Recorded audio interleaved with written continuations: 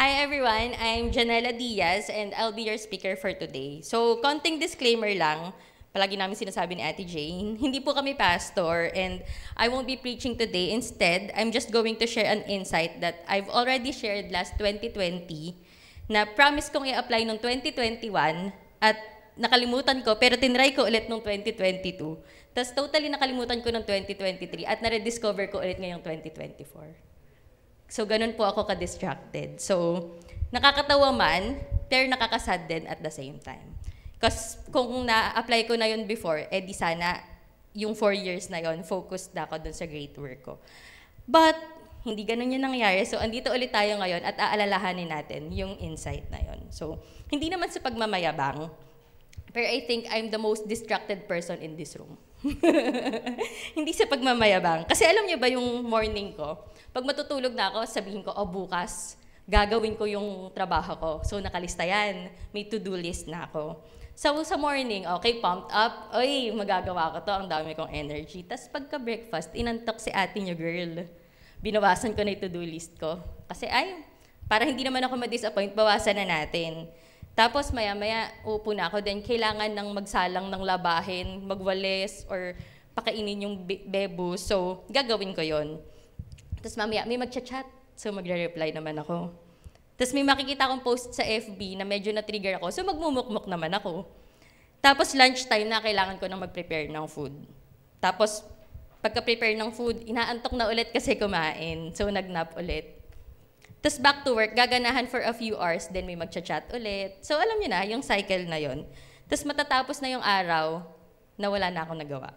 Siguro before, actually, nag-improve na ako ngayon, pero before talaga, 500 words lang, na lang yung gagawin ko, hindi ko pa siya magawa. Tapos madedelay ko pa siya ng 3 days. So ngayon, medyo nag-improve na. So most of my days, I feel like a leaf being blown in the wind. Ayan. Thank you, Ken. Diba, ang gandang tignan. Parang nakaka-relax. Pero imagine niyo kung kayo yung leaf. Hindi ba nakakahilo? And kapag ka-distracted ako, ganyan yung nararamdaman ko. May intention ako to accomplish certain things, but the wind of distraction is pulling my attention somewhere. Alam niyo yung feeling na yon? Yung gustong-gusto niyo gawin to, pero parang nasa mercy ka ng distraction.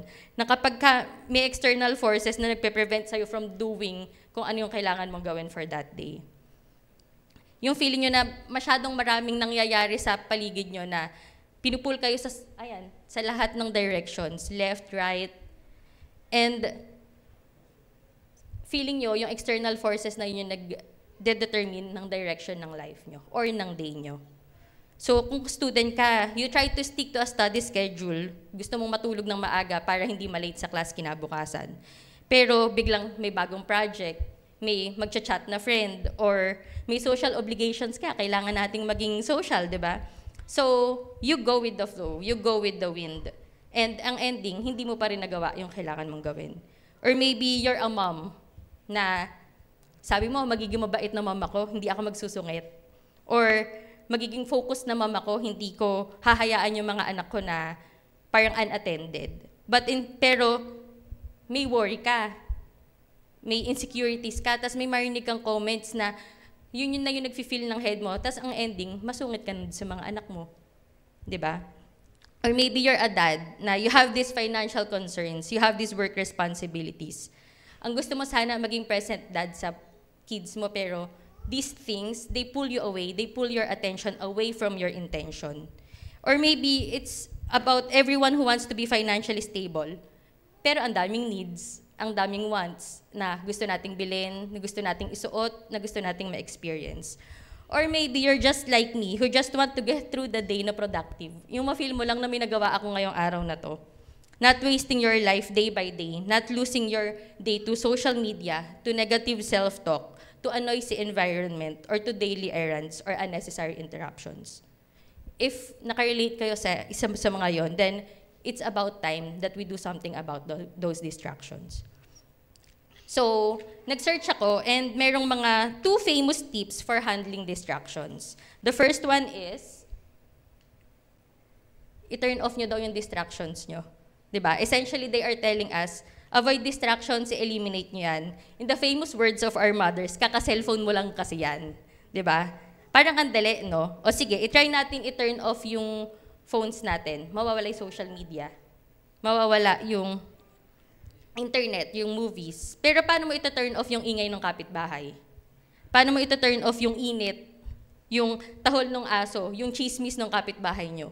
How do you turn that off? And even if mag-headset ka, or mag-aircon ka, or lumipat ka ng bahay para lang makalayo dun sa kapitbahay mo, we still have to deal with those distractions that live inside our head rent-free. Diba? We have these anxieties, these doubts, these fears that hold us back from doing what we want to do. Diba? Kaya nga nagpo-procrastinate eh. Kaya nga, yung inggit mo, kaya ka nga nagmumukmuk eh. Self. Yung mga problems mo, how do you turn those off? So, essentially, kahit sikat pa siya, hindi siya effective kasi distractions are everywhere. So, fail na yung tip number 1. So, may second tip pa. Sabi nila, improve your focus. Sabi nila, dagdagan mo lang yung focus mo, di ba? What do we say when we're distracted? Huwag tumahimik nga kayo dyan, di ako makapag-focus eh, di ba? Huwag kang nga maingay dyan, hindi ko makuha yung focus ko. Pero, totoo ba yon? Is fighting distraction simply about increasing our focus or strengthening our focus? So, akala ko nung una yun lang din. But I came across this story that would tell us the answer. This story is about the most unnecessary plane crash in history. So, hindi sana siya nangyari, pero nangyari siya, unnecessarily. What happened? So, this flight is the Eastern Airlines Flight 401, which departed from JFK, papunta siyang Miami. So, noong 1972 pa to nangyari. So, sa final approach nila to the Miami Airport, ando na sila, pababa na sila. Na-notice nung pilot na yung nose gear down light ay hindi nag-on. So, may tendency na baka hindi bumaba yung nose gear nung plane. So, the pilot discontinued landing and put the plane on autopilot. And habang naka-autopilot yung plane, lahat sila, buong flight crew, they turned their attention, their focus on fixing the light bulb. As in, ang sabi doon sa nabasa ko, dinistrong ka pa nila yung box to check, yung ganon. They were so engrossed and focused on figuring out the light problem na hindi na nila napansin yung status ng plane. Hindi nila napansin na gradually nagde-descend na siya hanggang it was too dangerously low na nag-crash na yung plane. Ang ending, over 100 people died, including yung 3 people na nandun sa cockpit. So bakit siya unnecessary? Kasi upon investigation, nalaman nila, buo yung plane. Everything was working properly. Walang sira yung plane. Except for this light bulb na burnt out lang siya. Pero bumaba yung nose gear. So over 100 lives were lost because of a 20-cent burnt out light bulb. Ganun lang siguro kaliit yun. Kasi parang doon lang siya sa button na ganun ng plane. So, over 100 people were killed dito sa crash na to. But yung bang light bulb yung may kasalanan ng crash? No, it was because the pilots focused on the light bulb and not the plane that caused the crash. So masasabi ba natin na hindi focused yung pilot? They were. They were just focused on the wrong thing. They were focused on the wrong thing, the light bulb, which distracted them from what matters most, yung plane. So essentially, itong story na to, they just show us that hindi rin effective yung pagdadagdag ng focus.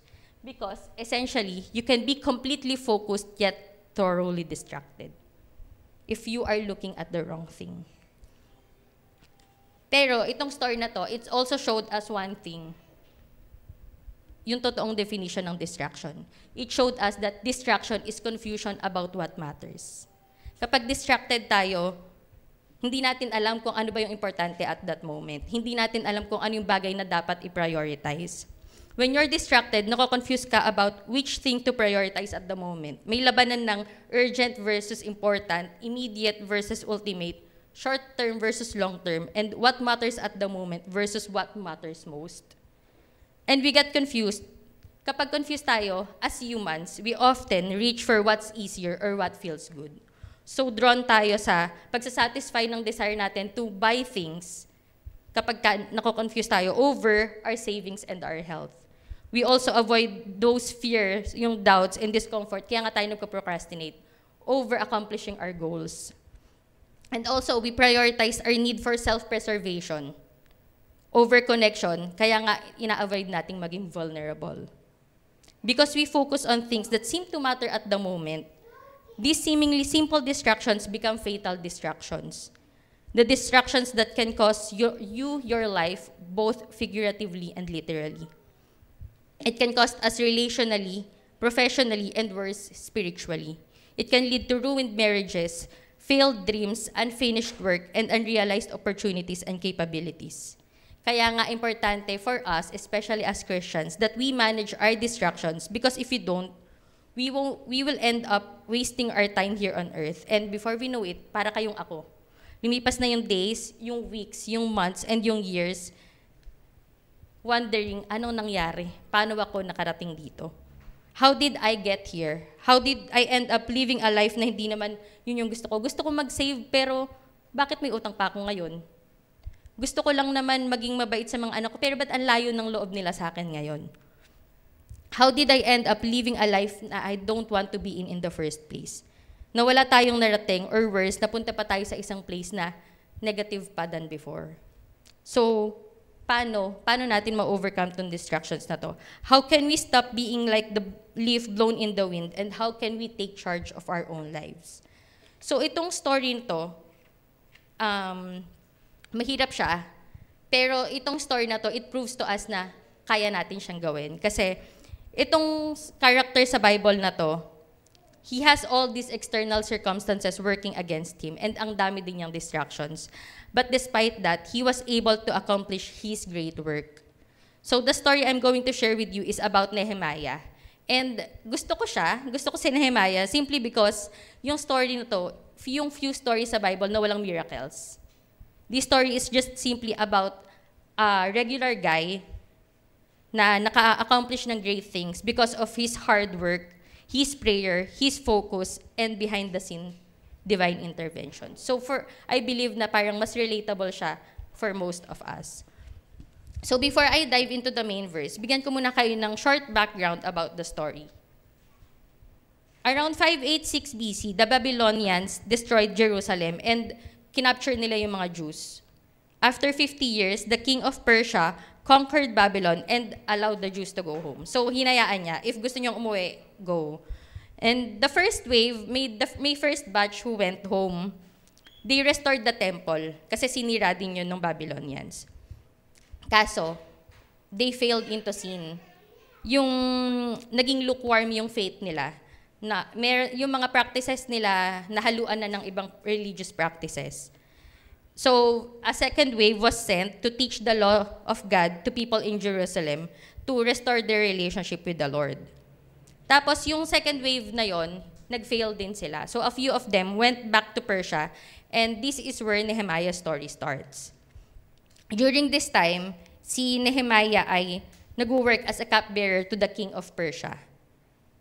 Sa start ng book ng Nehemiah, sinabi doon na nakipagkwentuhan siya doon sa mga Jews na umuwi sa Persia. And he asked how things are going doon sa Jerusalem. And according to them, the Jews are not doing well. The wall of Jerusalem has been torn down and the gates were destroyed by fire. So ang nandun na lang ay yung temple. More than that, they also said that the people were no longer living the way God want them to be.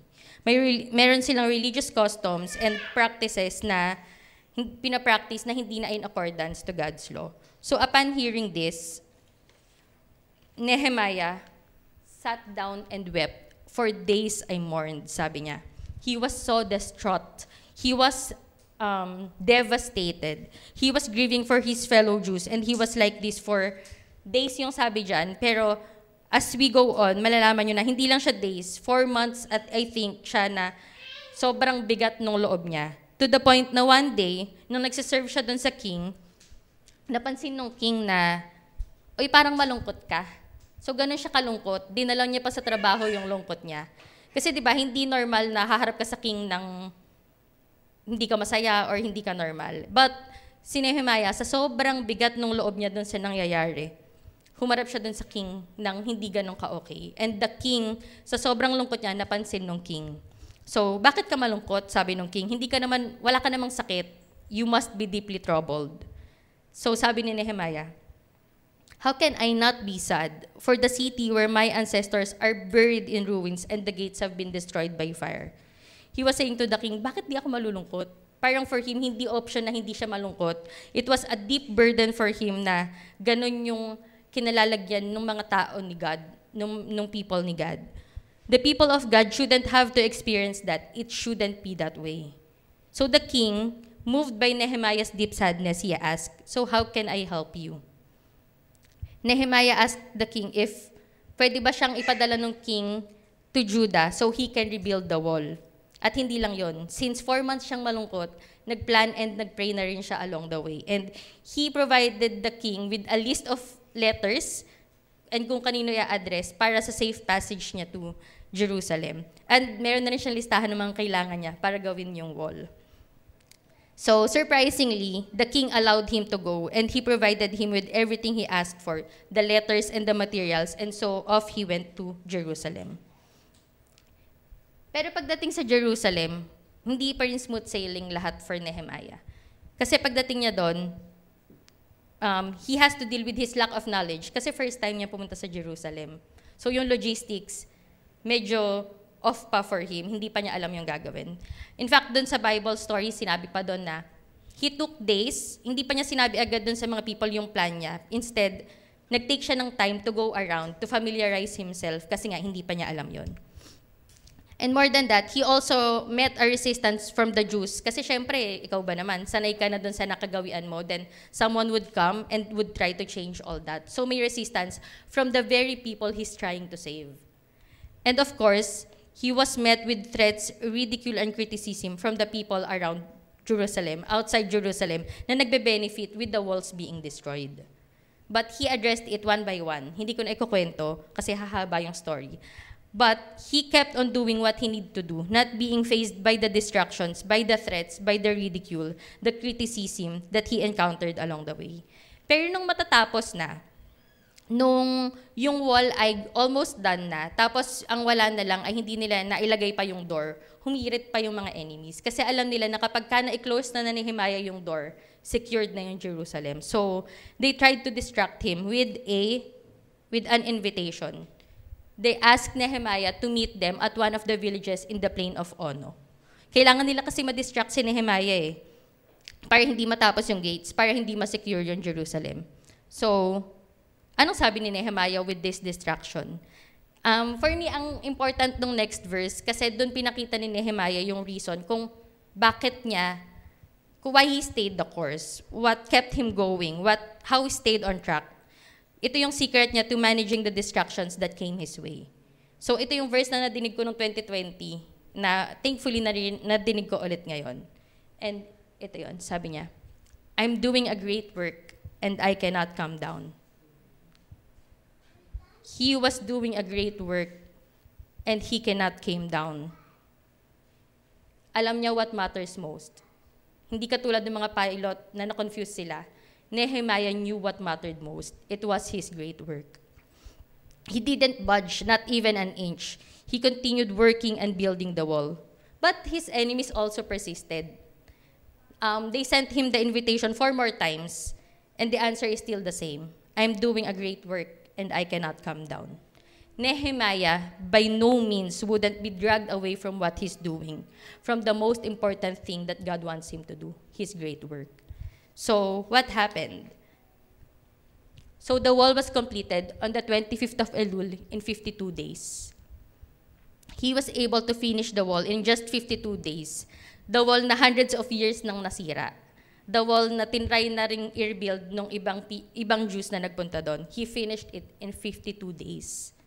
Despite the many significant things he encountered, the many significant distractions that he encountered, natapos niya yon because he stayed on track, because he was able to do his great work, the work that God wanted and helped him to do. So now the question is, paano nangyari yon? Anong meron kay Nehemiah na alam niya kung saan siya dapat mag-focus? How did Nehemiah stay the course despite not having the skills nor the experience? Bakit yung pilots ng flight, di ba? They studied years sa flying. Bakit sila nalito? Bakit sila na-distract? And bakit tayo din, we easily shift focus? Bakit tayo, we're like the leaf blown in the wind, na sa loob lang ng isang araw, ang dami ng distractions na in-entertain ko. Diba? So the answer lies in Nehemiah's terrifying longing. Diba? When the king asked him, nung nalaman niya kung bakit na hindi okay yung Jerusalem, he was distraught. May burden sa heart niya. And when the king asked him, bakit ka malungkot? Parang sinasabi niya, bakit hindi? Hindi ba parang yun talaga yung dapat kong maramdaman? He has that burden. He was so heartbroken about what the wrong things na nangyayari sa Jerusalem, and he knows it shouldn't be that way. He was so troubled about what he heard that he knew he needed to do something about it. Kahit na hindi niya pa alam kung ano yung itsura ng Jerusalem, kahit na hindi naman siya architect, hindi naman siya engineer, alam lang niya that he needed to do something. His deep burden, a strong dissatisfaction about what was happening to his city and to God's people, it was that burden, that strong passion, that intense desire about building that wall that captured Nehemiah's full attention. He was doing a great work and he cannot calm down, to the point na wala nang naging space for distractions. And that is the key to overcoming distractions. According to the book Art of Focus, si Arthur Brooks, shinare niya yung what he thought to be the key to managing distractions. And he said, if you want to win the war for attention, don't try to say no to the trivial distractions. Instead, try to say yes to the subject that arouses terrifying longing and let it crowd everything else. Huwag nyo nang itry i-manage yung distractions kasi hindi siya manageable. Hindi siya mauubos. Hindi siya mawawala. Instead, look for your purpose. That's what Arthur Brooks is trying to say. And this is precisely what Nehemiah did. For Nehemiah, yung wall, hindi lang niya nire-represent yung physical defense. For him, it was also a spiritual defense against the attack of the enemies.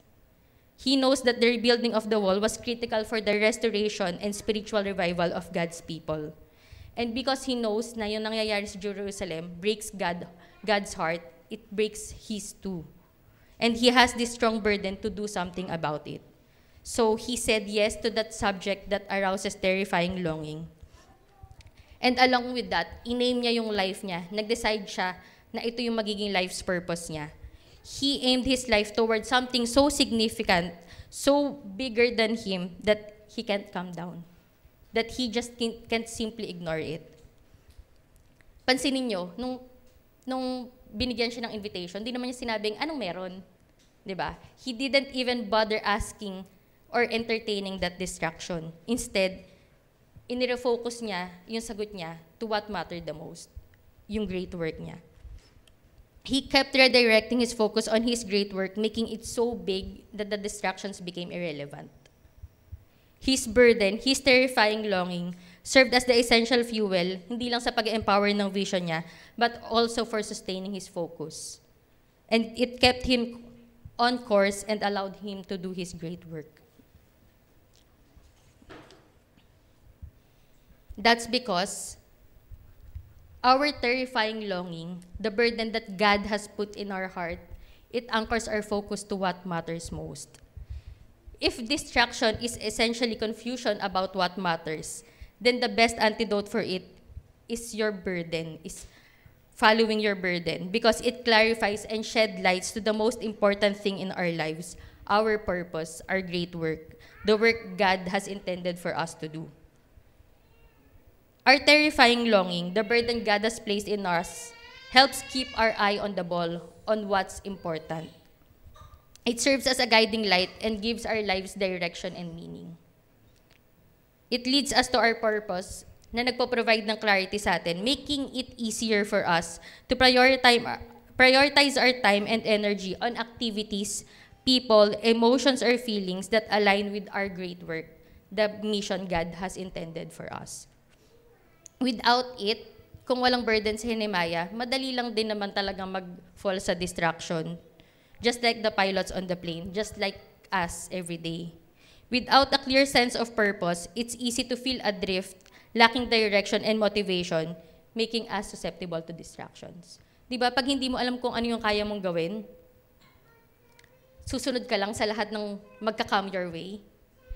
Alam nyo guys, before I was assigned to talk, halos di ako makatapos sa work. Tapos nung magtotalk na ako, nung nagkaroon ako ng purpose, natapos ko yung work ko, nakagawa pa ako ng talk.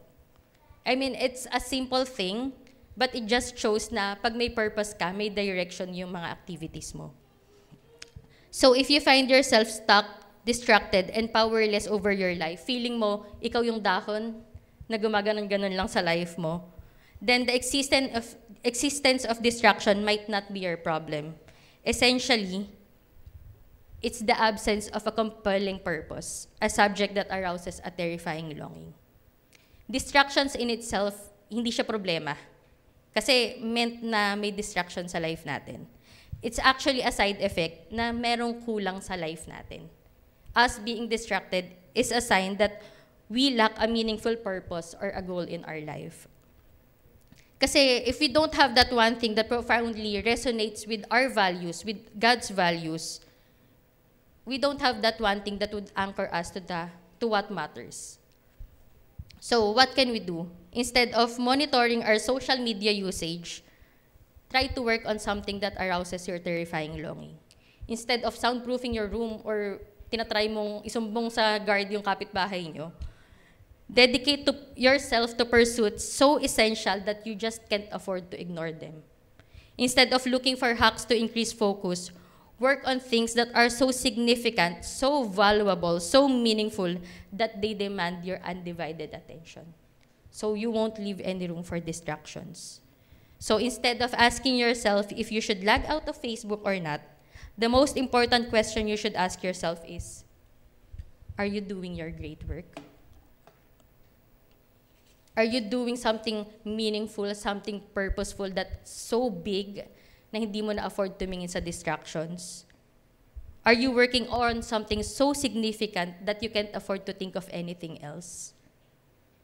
If you don't have the answer to this, then you should start with your terrifying longing. Kasi dun nag-start si Nehemiah. He followed this terrifying longing. Pero ano ba yung terrifying longing? Alam nyo guys, nung una ko siyang pinakinggan, ang ganda. Tapos nang itinatry ko na siyang i-define, hirap na hirap ako. Sobrang hirap niyang i-explain. So instead of giving you a definition, I'm just gonna give you yung 3 important parts na nag-make up dun sa terrifying longing ni Nehemiah. So the first part is problem. What currently is? A problem that arouses a terrifying longing. Yung nag-i-evoke ng dissatisfaction sa inyo. Yung something na hindi mo ma-stand na ganun siya, dapat hindi siya ganito. It's an overwhelming feeling or burden about the current situation, about something that breaks your heart and God's heart. And the second part is the realization, the possibility, or the what could be. The realization that there could be something better to replace what currently is. This possibility is a vision that God has placed in your heart. And the third part is passion, to ensure that what could be, should be. The third part involves passion, to make sure that God's vision becomes a reality.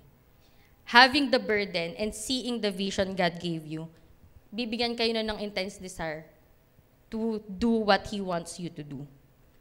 So, ano yung kay Nehemiah?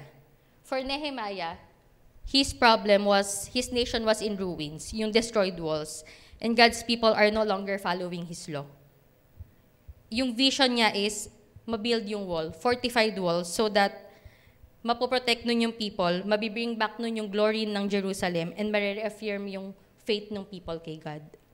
And his burden and the vision gave him the passion to do all the things necessary to build the wall, to say no to distractions, to plan and pray for what he needs to do. Kasi you see, for Nehemiah, yung wall, hindi lang siya physical defense. It serves as a dual purpose. It's to keep God's people close to Him and away from His enemies. So it's the only way God's people can come back to Him. Nehemiah knew what he was doing was great work. He knew that what he's doing is something bigger than him, something greater than him. that he is working towards something valuable, something of significant value, towards the vision God has put in his heart and in his mind. So he didn't dare come down from it. So my question for you is, what's your great work? If you're not doing yung great work ngayon, what's your great work? Yun yung application na kailangan natin ngayon. What is your great work? Our purpose is in a problem to solve, and God placed that burden in our hearts. Nasa heart na natin siya. But sometimes, alam niyo yun, we try to tone it down, that burden, kasi uncomfortable eh. Kasi it will lead you to go out of your comfort zone. Or, nakakatamad, bukas na lang. 'Di ba? Pero, if you don't want to waste your life, ask yourself, what's your great work? What is that one thing in your life na dissatisfied ka sa ngayon? What's that one area in your life where you think you can be better or where you have the opportunity to be better? What's that one change you need to do that is hard but can create more fulfillment in your life? That can create a better future, not just for you, but for the people around you and your community. This strong burden, this terrifying longing is what will give us direction. And it will lead us to do our great work. Kasi God has created a great work for each and every one of us. For every season of our life, and it changes from season to season. He has designed, more than giving us the burden, He has already designed us and equipped us with the gifts needed exactly for this purpose. Kaya yung great work natin, unique siya sa atin. So what's your great work? For most of us, the great work is asking us, that God is asking us to do is already in front of us. It's the role that we're already playing in our lives. Becoming an excellent employee, taking care of your kids, serving your spouse, being a good friend, leading the people na dinala sa'yo ni God, and becoming light to the people around you. We already have that role. All God is waiting for us to do is to be diligent and a good steward of whatever work we're doing right now.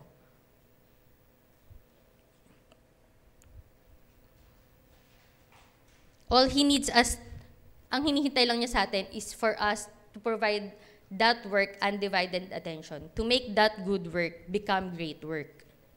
And for some of us, na-feel mo na before yung burden sa heart mo, and you already said yes to it. Pero ang hirap. Pero masyadong madaming intricacies na involved, kaya tinone down mo siya. You already know what your purpose is, pero tinotone down mo siya. So if you're one of them, it's about time that you remind yourself why you do what you do. Some of us are still in that path, pero we're doing the bare minimum. Oh God ha, andito pa rin ako. Pero you're not doing your very best. Kasi ayaw mong ma-disappoint. Kasi ayaw mong masaktan. This message is a call to action to reignite that burden, to reconnect with God, to remind yourself why the work you do is so important to you, to God, and for the people around you. And for some of us, He's asking us to step out of our comfort zones because the things that we have right in front of us right now are distracting us from the things that He wanted us to do.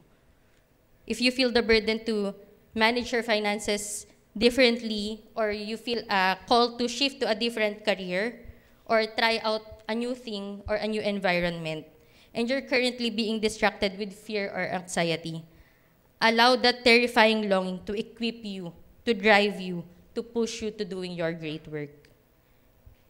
May inilagay ng burden si God sa heart natin. Don't dismiss that burden that God has already placed in your heart. Sit with it, ask questions about it, and ask Jesus to make the next step clear. Because our terrifying longing anchors our focus to what truly matters, to what matters most. That burden inside of you is what keeps you from being distracted about the things that aren't worth your time, so you can focus on the things that are worth your life. Say yes to that and let it crowd everything else. Can you imagine may burden tayong lahat. And what would have the world look like? What would the world look like if lahat tayo will follow that calling? May example ako na ibibigay sa inyo. And medyo dear sa akin tong example na to because it made a profound impact, hindi lang sa akin, but I think to many of us here. You see, more than 13 years ago, there were people who said yes to their terrifying longing. They left their hometowns and their comfort zones to pursue the great work God is asking them to do. And the result, ito yun, yung inside-out church. And like Nehemiah, may significant distractions along the way. May criticisms, may oppositions. Kasi yung church natin is meant for the unchurched. So our goal is to make it less intimidating for people who don't know God. So it could be easier for them to know God. So may mga key difference tayo from a traditional church. So dahil dun sa key differences na yon, syempre may makukuha tayong pushback from time to time. And of course, ang significant distraction is yung lack of finances and human resources. But because these people have said yes to their terrifying longing or the burden that God has placed in their heart, they allowed it to crowd everything else. And they stayed on track. And yung result, they have led and are still leading more people into a growing relationship with Jesus Christ. Isa ako sa mga yon. Si Kuya Aga niyo sa mga yon. And a lot of your kuyas and ates here na reach out dahil doon. And last year, more people got baptized and publicly confessed their faith. Ito sila. Nagpaalam naman ako. Ayan sila. Dahil sa commitment ng mga people na yon to doing the great work that God has asked them to do, and because they refuse to come down from their work for far less important things, more and more people is having a growing relationship with Jesus Christ. And the best part is, hindi siya mag-stop sa mga people na to. If these people would heed that call, sila din, they can shine the light for other people and can also take part in doing God's great work. The people in this picture and in this church is an amazing example of what's possible and the difference that you can make when you heed God's call in your life. And when you said that terrifying long, say yes to the terrifying long He has placed in your heart. So, the question is, what's your great work? What is it for you? He has a great work for you, and God has placed a problem or a burden in your heart na hindi mo afford na hindi ma-fix because only you can do it. Unique sa'yo yung great work na yon. And He has opened your eyes to this amazing possibility, a vision of how it could be. And more than that, He has equipped us with the power to control and choose which things we should focus on. Hindi tayo dahon na lumilipad lang sa wind. Hindi tayo sumusunod lang sa wind. We have the power to control and choose which distractions we can avoid and which things we should focus on. So now it's up to you to choose. Are you gonna stay distracted and liliparin ka na lang ba ng hangin? Or would you master the courage and the passion to discover your great work that you won't dare come down from it and make sure that what could be, should be? Let's pray. Father God, we thank Lord God for this amazing reminder that hindi po kami walang purpose, Lord. You have created us for a purpose, Lord God, that's unique to us, Father. All we're asking right now, Lord, is that you sensitize our hearts kung nakalimutan man po namin kung ano yon, kung tinry man po naming tabunan kung ano yon. Please sensitize our hearts, Lord. Help us in reigniting that desire, Lord. And if hindi ko pa po na-figure out at all, may you help people, Lord, na lalo maintindihan, Lord, maipakita niyo po yung vision niyo for them, Father God. We know, Lord God, that your mission needs us. May mga people na nangangailangan po sa amin. May mga tao na who won't know you, Lord, if we won't act. All we're asking right now, Lord, is that you ignite that flame in us, Lord, that burning desire to reach out for more people, Lord God, and do our great work, Father. Thank you, Lord, for equipping us, for creating us for a purpose, Father God. We're just gonna ask you, Lord God, to give us that courage, that passion, that burning desire to finally make what could be, should be, Father God. All this we pray, mighty holy God. Amen.